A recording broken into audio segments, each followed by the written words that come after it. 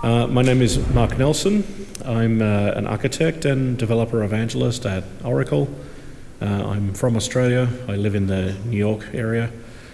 And I'm going to be telling you a little bit about our experiences and some lessons learned as we've been building a multi-cloud Spring Boot backend. Okay. So I've broken it down into a few different areas. I'll give you a very, very quick overview of what it is that we're trying to build. And most of the time I'm going to talk about, things that we've encountered and learned on the way. So I'll talk a bit about our development practices. We're using infrastructure as code quite a bit, so I'll talk a bit about that. The components that we're using in the platform. Some things we've learned as people started to use the platform and giving feedback and that sort of stuff. And of course, security at the very end, if we have time. And testing didn't quite make the cut. Sorry. So basically, we're trying to build a backend platform for Spring Boot. We observed that Spring Boot is by far, I think, the most widely used framework for people building microservices. We did a lot of market research and analysis. As best as we can tell, we think that about 90% of the people who use Oracle also use Spring Boot. So it's obviously an interesting framework to us just because of that. We're also interested in the whole backend as a service pattern that's very popular in mobile development, where you basically get a set of APIs. You don't have to worry about the backend as a developer. You just call your APIs, save this data for me, send a notification, whatever it is that you want. And you don't need to know or care about how it's run. You don't have to manage it and upgrade it or any of that kind of stuff. So we really wanted to apply that same pattern to Spring Boot to build like a microservices backend as a service. And actually the other aspect of the backend as a service pattern that we like is the scalability. So it promises to give essentially elastic scalability. You don't have to worry about it. You just keep consuming, and whatever you need is there. So this thing that we built, we wanted it to be able to run anywhere. I put anywhere in quotes because I guess we want it to run on Oracle Cloud. We want it to run on Azure. We want it to run on Tanzu. We want to be able to use it on-prem. But maybe anywhere doesn't include every single possible combination that you could come up with. But at least the main popular places, we wanted it to work there. We wanted to provide a lot of the common Spring Boot services out of the box so that you don't have to do that yourself in your application. So things like service discovery and configuration and monitoring and observability and that kind of stuff. And we didn't want developers to have to do anything different or special to use this. So we wanted it that you could just write a normal Spring Boot application. You didn't have to do anything different. And it would, just work. So the product that we're building is called Oracle Backend for Spring Boot. We've had it sitting out on GitHub and on our cloud marketplace as a developer preview since last December. And we are planning to do our first production release or general available 1.0 release this fall. So currently it runs on Oracle and Azure. We've just ported and tested everything on Tanzu. So, as of right now today, we're also, supporting Tanzu officially. And we have an on-prem BYO option as well. It includes an Oracle database, obviously, and a Kubernetes cluster. And in the Kubernetes cluster, we install a whole bunch of stuff like the API 6 API gateway, Spring Eureka service registry, config server, Netflix Conductor for doing workflows, Spring Boot admin for some basic management UI stuff, and we use Prometheus and Grafana and Loki for metrics and logging and tracing. We do have Jaeger and OpenTelemetry in there at the moment, but I was talking with the observability guys at the conference here, and I'm starting to think maybe with Grafana and Loki we have everything we need, that we don't also need Jaeger and OpenTelemetry, but they're there for now. We'll see what happens. We use HashiCorp Vault and Kafka and Coherence, and we're adding Redis and some other bits and pieces. So that's all I'll say about the platform, the product, the thing we're building, and I'm going to spend most of the time talking about what we've learned along the way. Yep.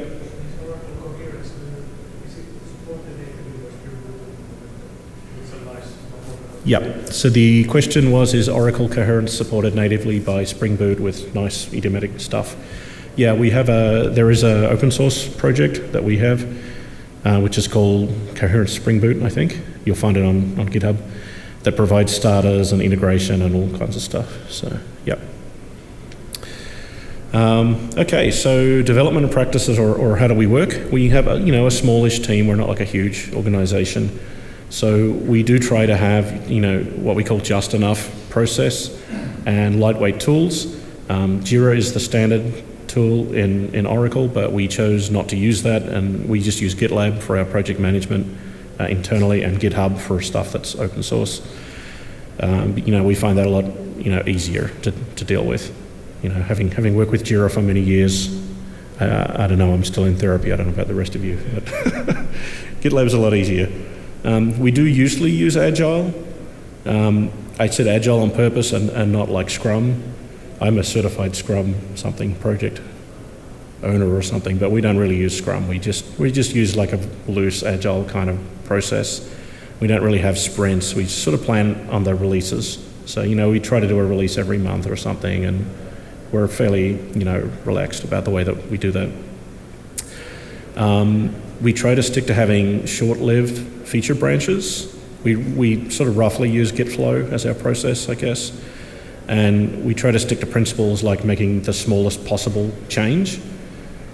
Sometimes you encounter people who every time they do implement a feature need to go and refactor the whole thing and make all of these unrelated changes and things. We try to keep away from that and just make the smallest possible change that, does the piece of work that you're working on. It makes it easier for the reviewers, it makes it easier for testing, all that kind of stuff. And we try to stick to the principle of least surprise, which is, make things work the way that you would think that it would work, rather than doing something, really complicated and smart and, write boring, easy to understand code that anyone can come and look at and work out what's going on. We use as much automation as possible, so we have a build, test, deploy cycle that we run on every commit, basically, and also we run it every night and push out images that go through a whole sort of system test, get installed in the different clouds and exercised and all that kind of stuff. So, at any point in time, we do have like a fully built nightly as well that we mostly use for, testing and development day to day. We normally use the nightlies. We also do, because we're using, I'll get into the Terraform and stuff later in Ansible, because we have that, we can also easily spin up an environment at any commit, sort of whenever we feel like it, and go and poke around in there. I will say it took us a few iterations to get our repositories right. We started with multiple repositories, and we probably went through 3 iterations before we settled on having really a mono-repo kind of approach with all of the infrastructure as code stuff for all of the different clouds built into the one single repository, as well as a lot of the source code for the bits and pieces that we build ourselves. Let me see. So, I'm a big advocate that too much process is bad. We want to have, just enough process that people kind of know what's going on and what's expected of them. We don't write 3-page essays in our tickets or anything like that. We try to keep it reasonably short and reasonably small so that it's easy for people to understand what we're doing. Everyone kind of knows what everybody's doing. We have like a stand-up once a week, which is 15 minutes. But, we're talking fairly constantly, so we kind of know, what we're doing and what's going on, and we try to minimize, waste. And, make sure people are working on things that's the right thing and they're going to get used and they're not going off on a tangent and stuff like that. And the other thing I'll say, a big lesson is, and I'm a big believer in this too, like the plan is the plan until it's not the plan. So, a lot of times we'll be on a path and we're implementing something and someone will have an idea and say, hey, we should do this or we should use this thing or whatever. And that's great, but, and we go and have the discussions and maybe we decide to change course, but we try to stick with, stick on the path that we're on until we make the decision, like rather than just going off and pulling in random dependencies and stuff, without, we want to do that intentionally, not, by accident or at a whim. So infrastructure as code. So since we target multiple clouds plus on-prem, we split our installation into two main parts. So first we use Terraform to create, all of the infrastructure stuff. So to create the networks, the security groups, the database, the Kubernetes cluster, vaults, all of that kind of stuff we do with Terraform. And we use, the different Terraform modules for Oracle or Azure or whatever we're building to. In the on-prem install, basically that's up to you. You've got to go set up your cluster of your choice and your database and everything. And then we have a common file format that describes the infrastructure. So, So the Terraform produces that as an output, which gets passed in then to the second phase, which is implemented with Ansible. If you build your own, then you basically have to create that file, right, to tell it where things are and user IDs and keys and stuff like that. So the second part we do all with Ansible. And we have one big Ansible playbook or set of playbooks that do everything regardless of the target platform. So by the point we get here, it doesn't matter if you're installed on Tanzu or Azure or Oracle or whatever, everything's the same from this point on.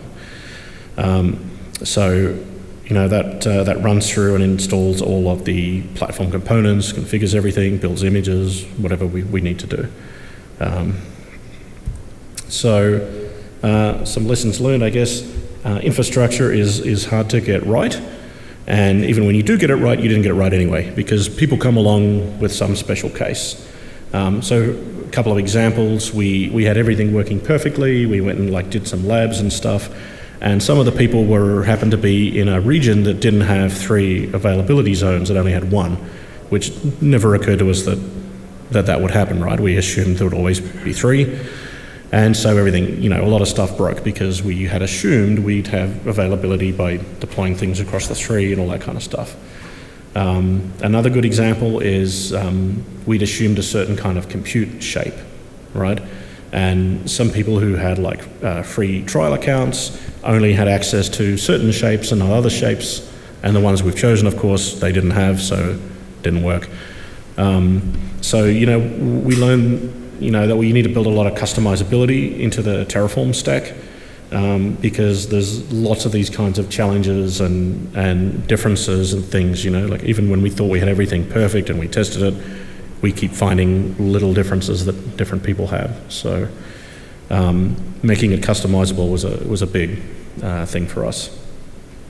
The other one is we try to minimize the amount of input that you have to give us when you start the install with Terraform. Because there's no point asking someone 400 questions like, what would you like this to be configured like? And they don't even know what this is yet, right? So we try to default things, provide sensible defaults, good choices as much as possible, and then provide the ability for people who do know what all of those things are to go in and customize them. Again, automation has been a big thing that really paid off for us.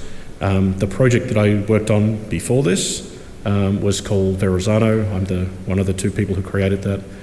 We wrote the installer in Go, and everything was hard-coded and compiled, and it was a real pain to change anything. You had to go through a whole build test cycle. This Ansible Terraform, much nicer to work with, I got to say. So that's been a big win. It's really easy for us to change things. If someone has a problem, we can just say, go and edit this file and add this line in, that should fix it for you. And, we can fix it in the next commit, the next day, whatever, the next release, which you can't do if the installer is kind of compiled code.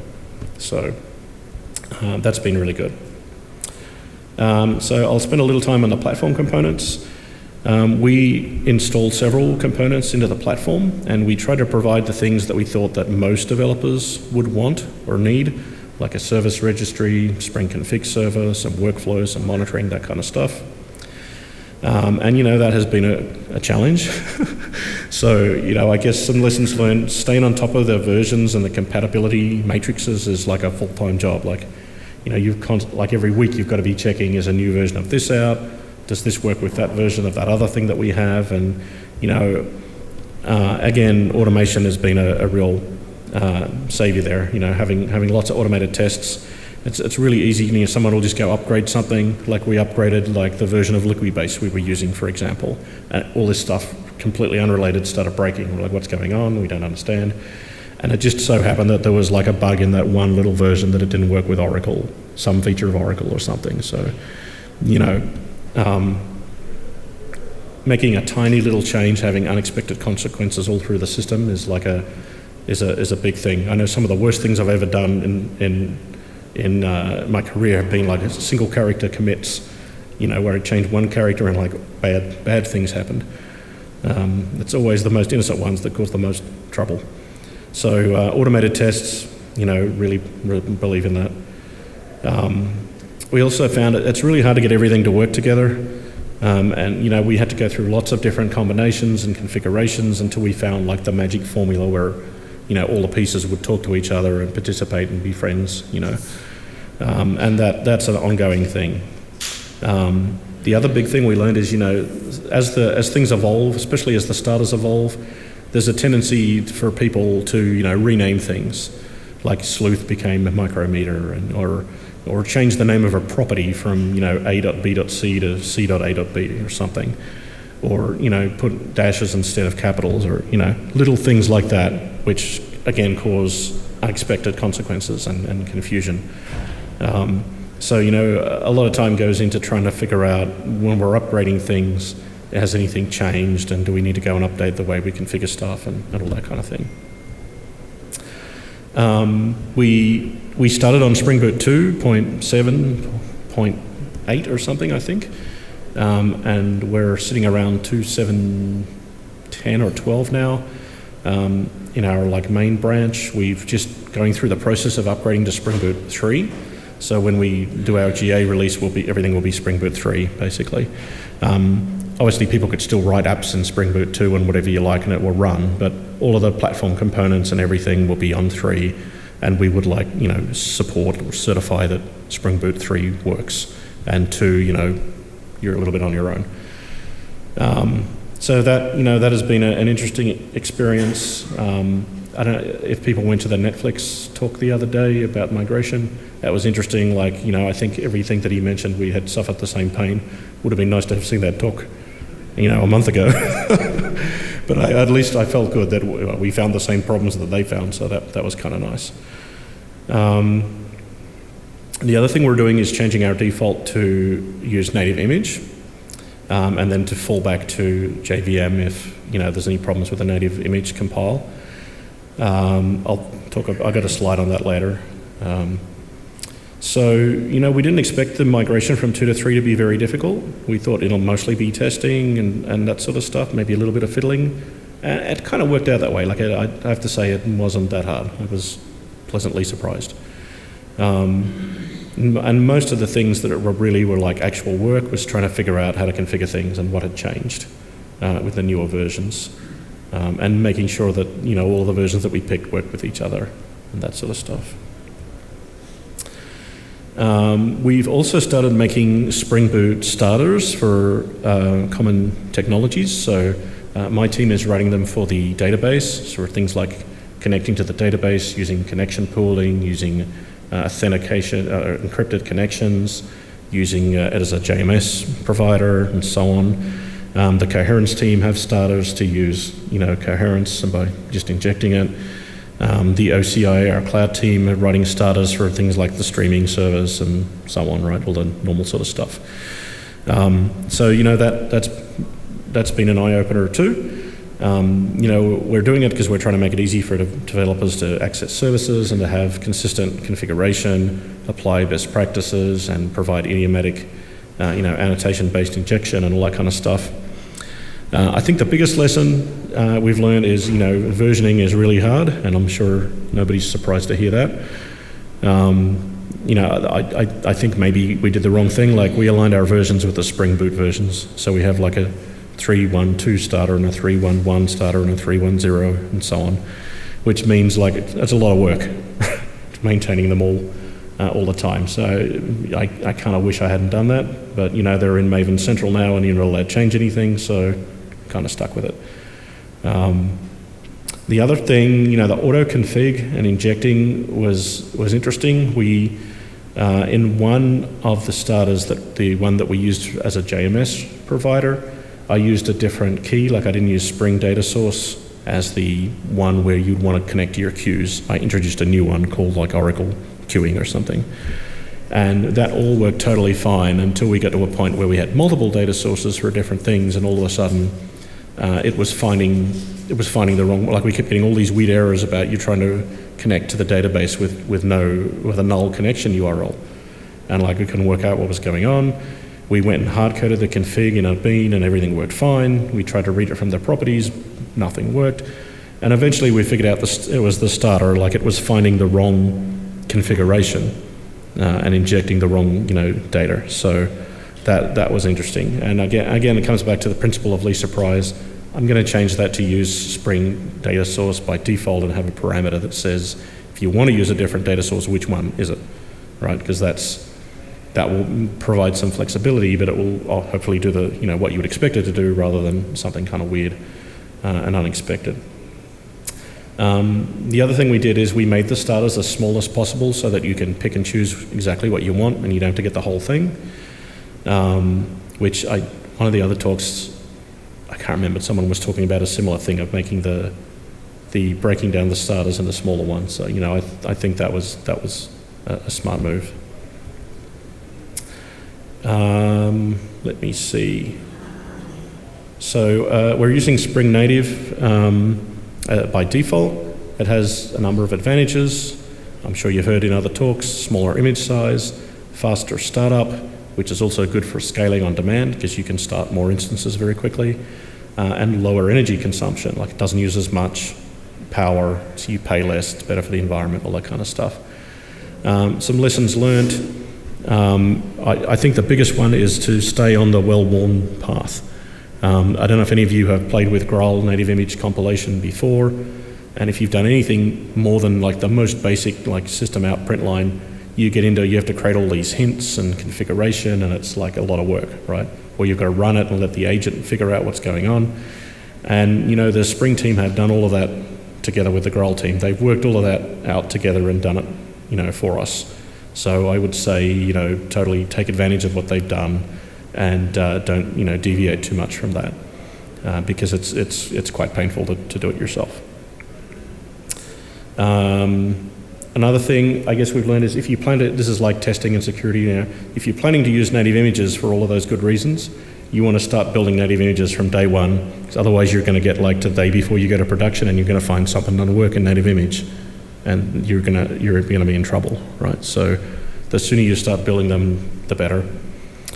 The other interesting thing with them is, even if you can start your microservice in like a few milliseconds, it might still take you a while to get like a database connection or something, for example, or connect to an object store or something like that, or a streaming service, So being able to start the microservice really fast is great, but you still need other things that may take time. So for our part, we're doing some work to basically have a thing that running in like a daemon set in Kubernetes that caches a bunch of database connections that are warm so that you can get a database connection in essentially 0 time. So you can start up your native image a couple of milliseconds and be connected to the database right away. All right, let me see. Am I meant to finish at 1:15? I think I am, right? Okay, Spring components. So I guess what you don't use is as important a decision as what you do use. One of the choices we made early on was to not use a service mesh, like Istio or Linkerd or whatever. I have used Istio extensively in a previous project, and I'm in counseling for that as well. We did a lot of research, and it seems like Spring already provides pretty much everything that a service mesh provides anyway. And we got the feeling that Spring developers would be more likely to just use the Spring ecosystem. And the only stuff we could find anywhere that talked about how to use Spring with a service mesh was written by service mesh vendors. So we kind of decided we're not going to do that. We're going to stick to all of the Spring stuff. And I put a little question there, did we make the right decision? I guess we're interested in feedback, if anyone thinks that's smarter or not smart. The other thing, we hear a lot about this post-Netflix world. I don't know if that's a real thing, but like you see that expression a lot. Like, there used to be Hystrix and all that stuff, and Conductor, and now there's all of these newer, different things that are kind of like, post-Netflix or whatever, I guess people describe it as. So we're going through trying to figure out what do we do there and what makes sense and what are people really using. Spring config. You hear a lot that it can be a single point of failure or a bottleneck because if it goes down, none of your applications can start, for example. So we have actually just been running that like a single pod. We're moving that to a daemon set to have more availability, and we have got it storing the config in the database, and written our own service to manage the config and all that kind of stuff. So we're thinking about doing something more Kubernetes native, like injecting a config map, like they do in Azure, for example, or secrets and that kind of stuff. But I guess we're not really sure, which of those to choose. Maybe the right answer is to provide both and let people choose. So lessons learned, I guess, it's better, make a decision and live with it. If you made the wrong decision, you can always change course later on, rather than we don't want to be swapping and changing all the time, like, own the decision and see what happens. And the other thing is, I think the best platform is a constantly moving target, in this constant innovation in Spring, things are changing all the time, people have different opinions, there's no one right answer to what's the best, and even if there were, it would be different tomorrow. So we're constantly looking at, how things are changing and innovating. So some things from using the platform. One, we did include an admin service that manages the life cycle of basically Spring Boot apps. So it builds, small, secure container images using all of the best practices. We do inject the OpenTelemetry Java agent into the containers to collect traces and feed them into OpenTelemetry Collector and Jaeger. We do some, magic with the profiles to inject configuration. So if you, for example, we go and look, if you put an @JMS, receiver or whatever, we'll automatically go create the queues for you if they don't exist and wire it all up, that sort of stuff. Same for database connections. And this thing handles all the Kubernetes deployment and configuration and all that kind of stuff. We have two clients for it. One is a CLI, one is a Visual Studio Code extension. We planning to do an IntelliJ plugin as well. I notice a lot of people here are using IntelliJ. How many people use Visual Studio Code for Spring Boot? Okay, we do too. Do the rest of you use IntelliJ? Okay, interesting. I think we did Visual Studio first because it was easier. Okay. All right, so basically what all this thing does is when you write your app, you can assume certain things will be available at certain well-known addresses. So again, as people started using this, some repeating themes here, everybody wants things to be slightly different. So we needed to make everything customizable and extensible. It's hard to cover everything in the documentation. And I don't know if people even read documentation anymore. I know I really don't very often. Enough to get something working and then you kind of go with it. So we try to build sample applications with multiple services that implement different patterns. Like they all use the database per service. Some of them use REST, some of them use asynchronous messaging. We have one that implements the Saga pattern using long-running actions and so on. So, we kind of trying to use samples as a way to demonstrate how to use a platform more than documentation. And we get the feeling that people are more interested in now consuming content as videos and things rather than written word. And I put another, I'll be right there. I don't know if that's the impression we get. Like people seem to, we put the analytics on your documentation and site. People watch the videos way more than they spend time on the page. So, Let's see, the installation is like a constant source of potential issues, so making that as resilient as possible has been important. And, you know, I think anything that could possibly ever go wrong does go wrong eventually. So, you know, that's been an area where we're constantly updating and making things more customizable. And I'll say again, like, having made the decision to use Terraform and Ansible, I'm very happy with, because it's been very easy to make those updates and push them out, you know, much easier than other approaches I've used in the past. The other interesting thing I found is when you provide scalability, you start getting different kinds of performance problems that you didn't think about before. Like we had one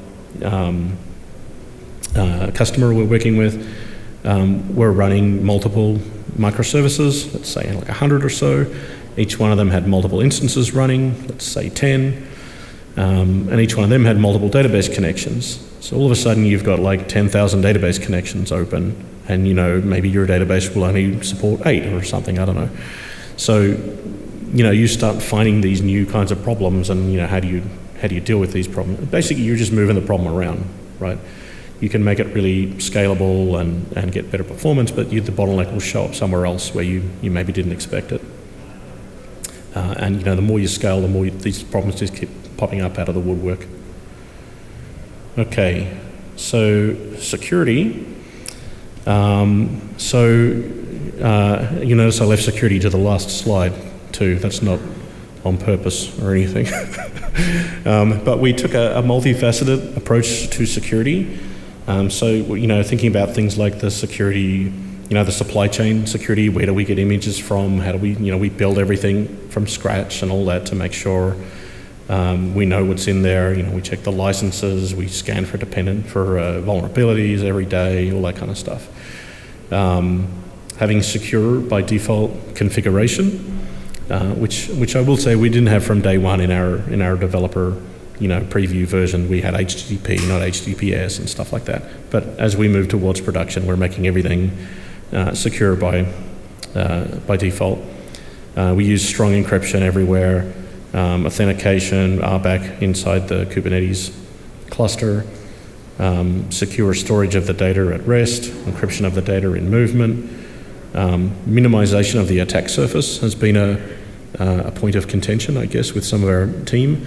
So we don't expose any of the admin interfaces outside of the Kubernetes cluster. You've got to port forward in with kubectl to get access to any of that stuff, right? So the only thing that a person on the outside can get to is the API gateway, which is it's just secured, right? And you can't get from that to any of the admin stuff anyway. So, you know, we've taken a view that making all of the administration of the system secure and you know, unable to be accessed is you know, a good thing. And not everybody on our team agrees with that. Some people think that makes it hard, and developers don't want to have to deal with doing a port forward to get access to stuff. But you know, that's a constant, you know, struggle, I guess, for us of making it easy versus making it secure. So that's an ongoing conversation. We do automated vulnerability detection. Automation's come up a few times. Like, we really like automation. Automation is a good thing. And building small containers for the service deployments. With the native images, we can make them even smaller again, which is also good. So some lessons learned. Again, no surprises. Security is difficult, and you know, it's not a good idea to leave security to the end, because again, you run into problems, right? When you go and try and apply security after everything's working, all of a sudden things start breaking that you didn't expect, which is kind of annoying. As I said, there's a constant struggle between easy to use and secure, and you know, it's particularly, we want to have like a nice experience for the first time user, where you don't have to read like a 300-page book about how to set up the security so that you can access or do a hello world, you know, like that's really annoying. I don't know if anyone's ever installed like OpenShift, for example, from scratch on-prem.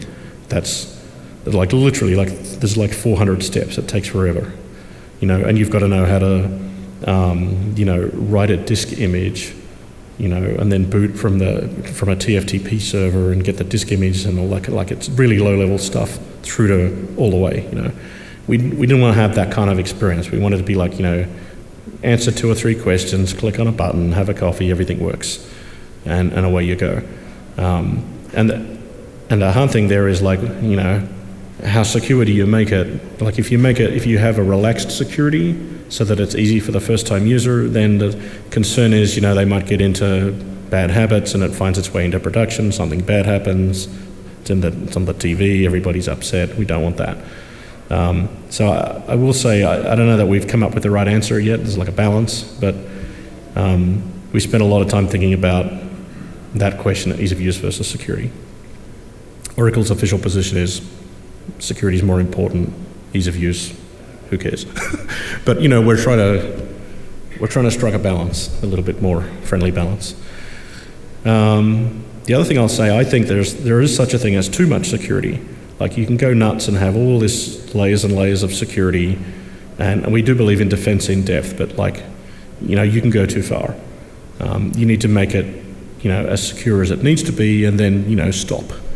Like, I know I was talking to a cybersecurity guy like at a barbecue the other day, and he was telling me about all the stuff that they do in the company that he worked for, which is where the security people basically have got, you know, all of the rules, and everyone has to comply with all of the rules, and half of the rules don't even make sense. Like, it's a smart thing to do from a security point of view, but it really is completely unnecessary, right?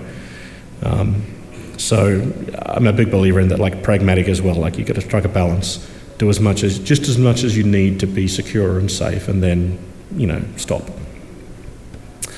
Okay, and I think that's all I had. I'm happy to take questions. Thank you again for coming. The last session on the last day after the party. I thought you'd all be on an airplane going home by now. Yep. How do you handle credentials? Credentials? Yes, for like service credentials or any type of thing. Yeah. That's an interesting one, and I was talking with the security guys here, and still a little bit in flux. I think what we're going to do is use Spring. I think what we'll settle on is using Spring Authorization Server as an OpenID Connect provider, and then use that as well for like system-to-system credentials and stuff inside the cluster. We kind of treat the cluster as a trusted network zone, so we don't have a lot of, you know, encryption and stuff going on in there. And we're using Spring security, you know, roles and users and all that kind of stuff in all of the code that we write as the enforcement point for that. And, you know, would encourage people to do the same, basically. One of the big issues we've had there, again, is we want to be able to ship it with some users and roles, right? So, like, when you use the admin tool, we want you to be able to log on as an administrator or have that role, right? Which means we need an identity provider, like, out of the box. But everybody's got their own identity provider. You know, you've got your LDAP or your Active Directory or whatever you've got. So there's no point us trying to ship like a big identity provider or a big thing like a Keycloak or something like that. You know, we want something that's small and easy, that's enough to get you started, and then you can plug in your own identity provider. So that's one of the things we like about the authorization server, is it supports multiple providers. So we can have, you know, like just connected to the database with some default users and roles and stuff, and then you can plug in your own provider for whatever you have. Yeah. Thanks for the question. Alrighty. Well, thank you again for coming along. I hope it was interesting. And yeah.